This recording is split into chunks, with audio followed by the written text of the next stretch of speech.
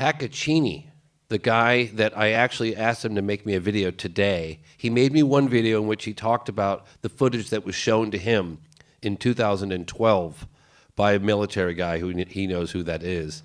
He went into great detail in a video that he created describing what the footage shows.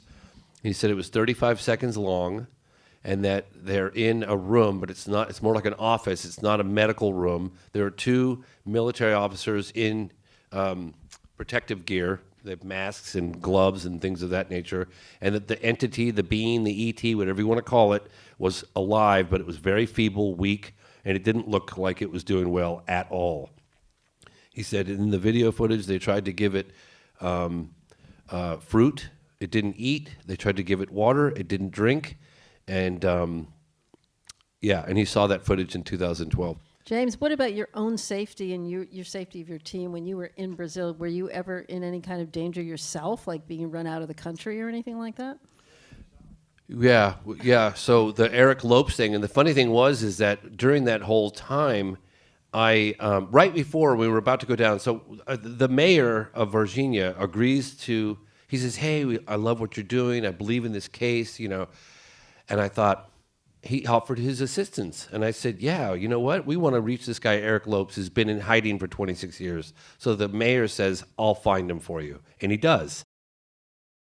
He gets this lawyer and this old chief of police guy involved. They find him, and they said, we'll take you to his house and let you do your thing. So we were in the town square in Virginia. I'm following this black Mercedes. And at the last minute, I thought, hang on a second. I stopped, got out of the car. I flagged down the Mercedes. I ran up with the translator, and I said, could you guys, instead of just driving up to the house, could you actually walk with me to the front door? And I honestly think that saved my life. It was a little voice in the back of my head that said, and he was a local, guy from the area, and he was very famous. He'd stand out in the square, and people were honking and waving as they drove by. The guy Homolo, he's in there. The guy with the black Mercedes. And he walked up the door, and he knew Eric Lopes from childhood. They hadn't seen each other in a long time. And so I think had Eric Lopes not seen a familiar face and, that whole thing, he might have just opened fire on me right there. We didn't get a call from the base. We didn't get any visits from the base, but the base was calling all the people that we either had just met with or that we were about to meet with. And that spooked me. It spooked everybody. So between that and the Eric Lopes, I remember thinking, I told everybody, I actually took one of the hard drives, I went to a FedEx office, and I took all the material that we'd shot, including the Eric Lopes scene, and I FedExed it back to America. And then from there, we got the heck out of there. Like we just left Virginia, and we were all spooked. I mean, the whole thing was kind of spooky. I don't see how society would collapse. And if it did, maybe it would stop wars, and it could be a very enlightening thing, a very healthy collapse if there was such a thing. I don't understand why it would be kept such a secret with death threats, and when so much evidence piles up and it transpires more and more.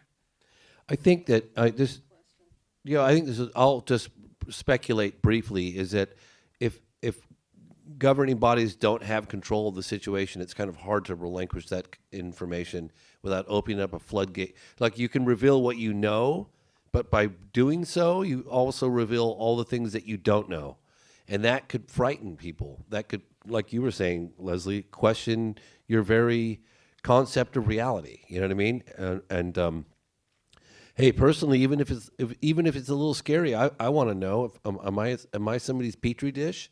Am I, you know what I mean? I'm being somewhat facetious, but still, it's a little scary. It's like, I think we're all entitled to know that we can handle it.